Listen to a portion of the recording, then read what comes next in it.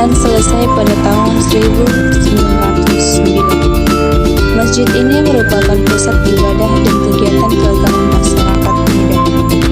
Nah, pada pembangunan masjid ini dimulai pada 21 Agustus 1906 oleh Sultan Maimun al-Rasyid Perkasa Alam. Masjid ini awalnya dirancang sebagai bagian dari kompleks Istana Maimun. Namun, Sultan memutuskan untuk menjadikannya bangunan yang berdiri sendiri agar lebih megah dan sakral. Masjid ini dibiayai oleh Kesultanan Delhi. Masjid ini dirancang oleh arsitek asal Belanda. Proses pengerjaannya dilimpahkan kepada J.A. Indengan. Masjid ini memiliki gaya arsitektur yang memadukan corak Melayu, Arab, India, dan Spartan. Masjid ini berbentuk segi delapan dan memiliki penutup di bagian selatan, timur, utara, dan barat. Keunikan dari Masjid Al-Masyhur, masjid ini memiliki tradisi pembagian bubur sop selama bulan Ramadan. Masjid ini menjadi objek wisata yang selalu ramai dikunjungi.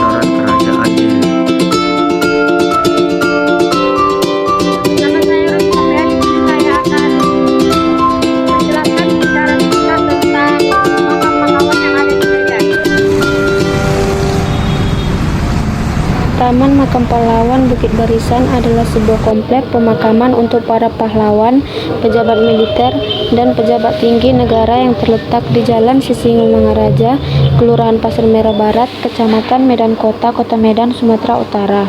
Kompleks Taman Makam Pahlawan ini luasnya mencapai 7,8 hektar. Setidaknya telah terdapat 5.300 makam pahlawan di tempat ini. Kompleks pemakaman terbagi menjadi dua bagian, yaitu Makam Pahlawan dan Taman Bahagia.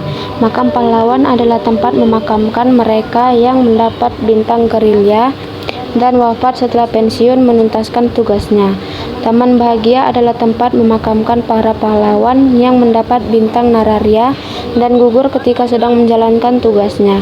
Diperkirakan Taman Makam Pahlawan ini telah ada sejak tahun 50-an.